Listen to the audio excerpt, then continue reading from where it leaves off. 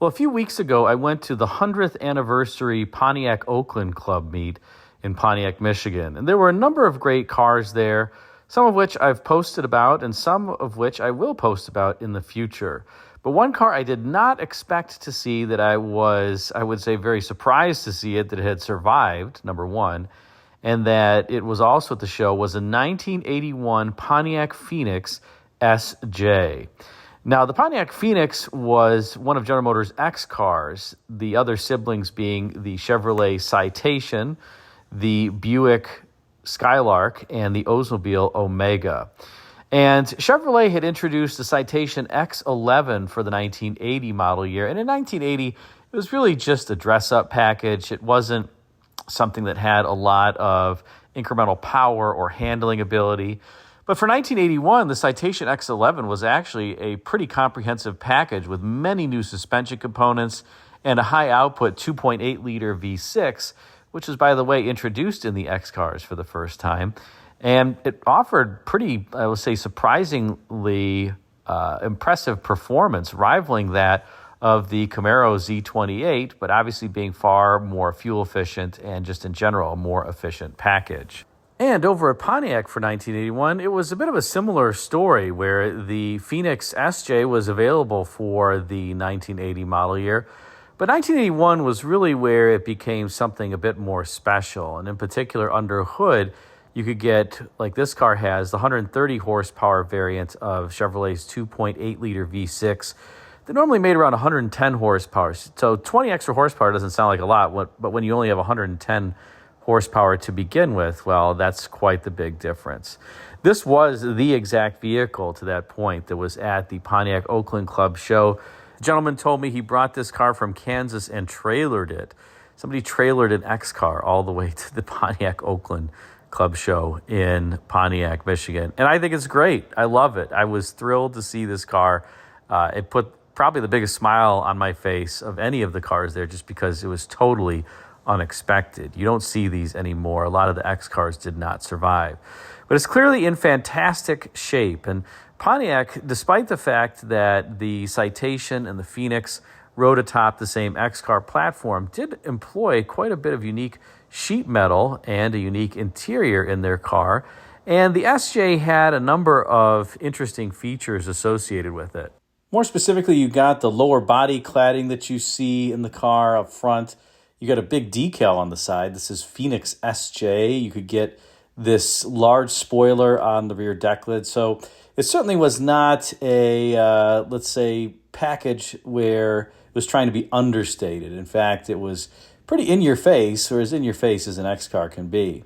Now, you also got some cool features you could equip your vehicle with them, like these snowflake wheels, which I think are probably my favorite Pontiac wheels of all time. The honeycomb wheels that preceded these are also nice, but they're not real aluminum wheels. And the snowflake wheels, aside from being beautiful, were also the true wheel design as well. It wasn't just kind of a beauty cover. The honeycomb wheels were effectively a plastic beauty cover on an old steel wheel, but the snowflake wheels really were something special over at Pontiac.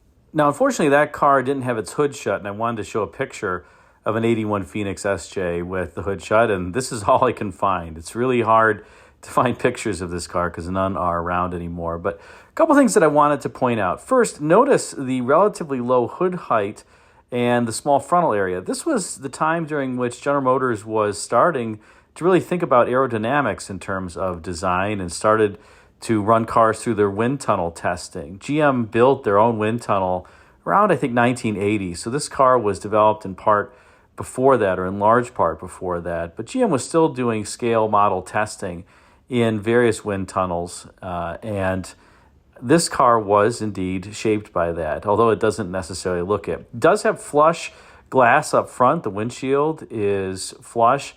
And you can see, aside from the grille opening, there's not much of a flat surface above it for the hood or the area above the headlamps for the air to kind of get trapped. So having that dimension be relatively small enables the air to start flowing over the car. Of course, you do have relatively minimal, I would say, character lines or feature lines in this car.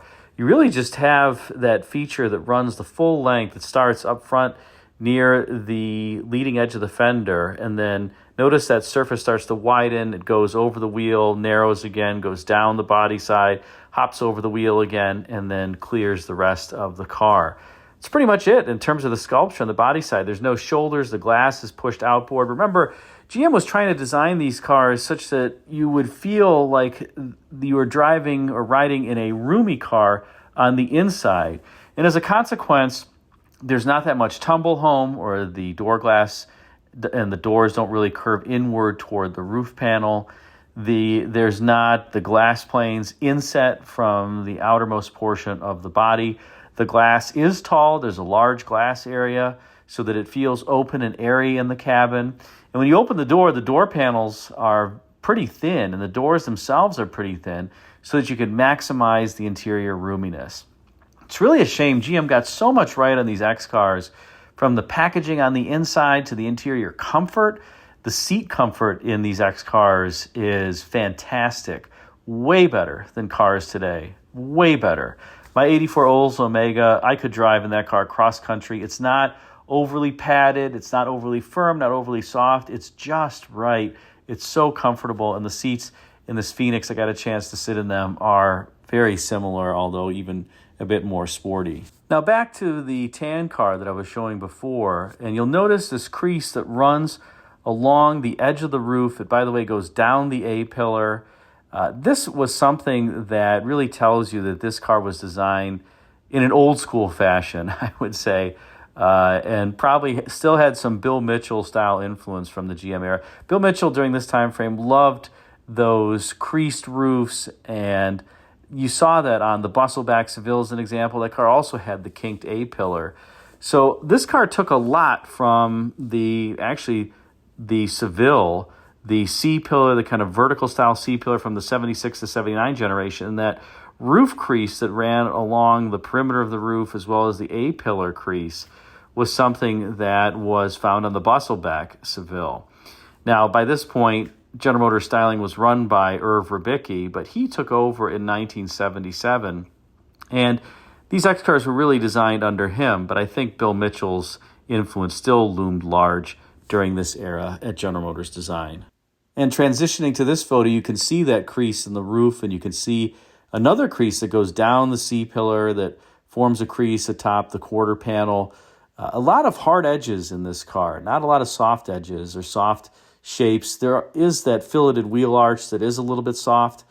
But aside from that, it's a pretty crisp car and a pretty tight car, something that you don't see today. I kind of miss that, to be honest. And unfortunately, the trunk here is open, but you can see the spoiler on this deck lid and the extremely large bumper that is on this car too. So, obviously they had to have the appropriate impact standards. A very oversized fuel filler door. I have no idea why these X cars have an oversized fuel filler door. The filler neck is the exact same as any other car, I guess just to look authoritative.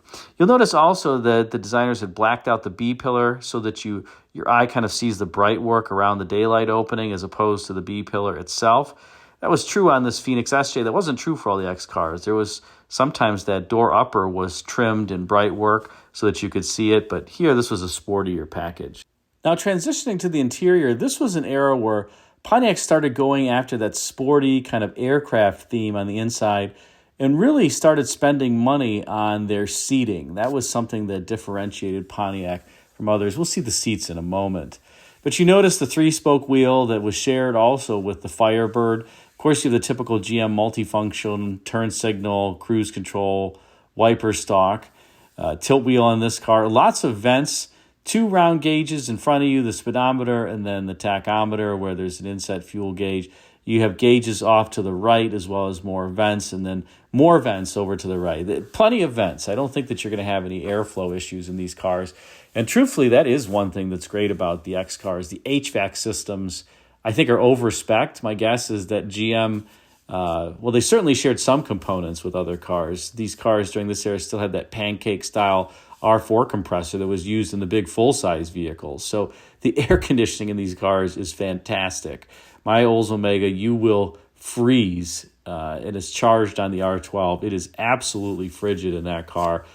Probably the coldest air conditioning of any car that I can think of. The unfortunate part about the R4 compressor is that if it's not overly hot outside, it does cycle. And then with an Iron Duke under the hood, this 2.5 liter 4-cylinder without a balance shaft, you can imagine this pancake compressor's, I don't know, it's probably taking 3 or 4 horsepower to run. And so it cycles on and off sometimes at idle, not rapidly, but maybe every 15 seconds or something. And you kind of have the engine load up and then when it shuts off, because the idle air control valve doesn't respond as fast as obviously the modern ones do. I digress in any case. But Pontiac was spending quite a bit of money and time, and there were a lot of fake Allen head screws and real Allen head screws in the Pontiac interiors of this era, including the Firebird.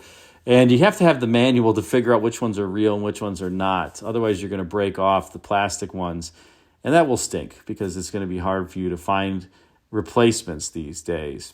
They all look real, and they all look very convincing, but not all of them are. And here's from the passenger side. I will say that the seating comfort of these is great. The ergonomics is not bad. GM was really starting to lean into ergonomics. Some things are good, like you notice that center section of the dash with the HVAC controls and the radio are pulled forward so that you have them closer to the reach envelope of a normal person. Although I think the radio should be above the HVAC controls. I think you'd change the radio a bit more often, at least during these days, than you would move the temperature slider bar or change the fan speed on the HVAC. But that's my personal preference. You'll notice that on the passenger side, the dash and the IP is pushed forward to give you that sense of roominess. In general, the IP, there's not much distance from the outer edge of the IP to the windshield. Again, so that you feel this sense of openness and airiness in the cabin. The one thing that's kind of a bummer on these, it's not so bad for the driver because you're always using your right foot and your left foot is kind of just hanging there. But notice the wheel well intrusion into the passenger cabin on the passenger side. So your right foot, it doesn't really have a great place to reside. It's a little bit awkward. And that was true of all the GM cars during this era. Even the full-size cars, if you're on the passenger side, there's a bit of wheel well intrusion that might make it not so pleasant. It wasn't horrible, but you just kind of wish it wasn't there. It was worse on the J cars, by the way, like the Cavalier.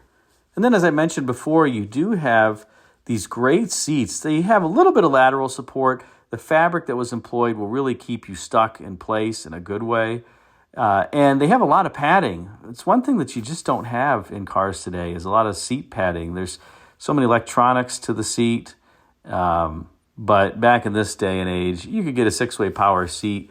Most of the time you had a manual seat, and you just had more room for padding. And I have to say I really miss those days because it added to the seat comfort. It's really hard to find a comfortable seat in a car nowadays, but the X cars really were sublime in that regard.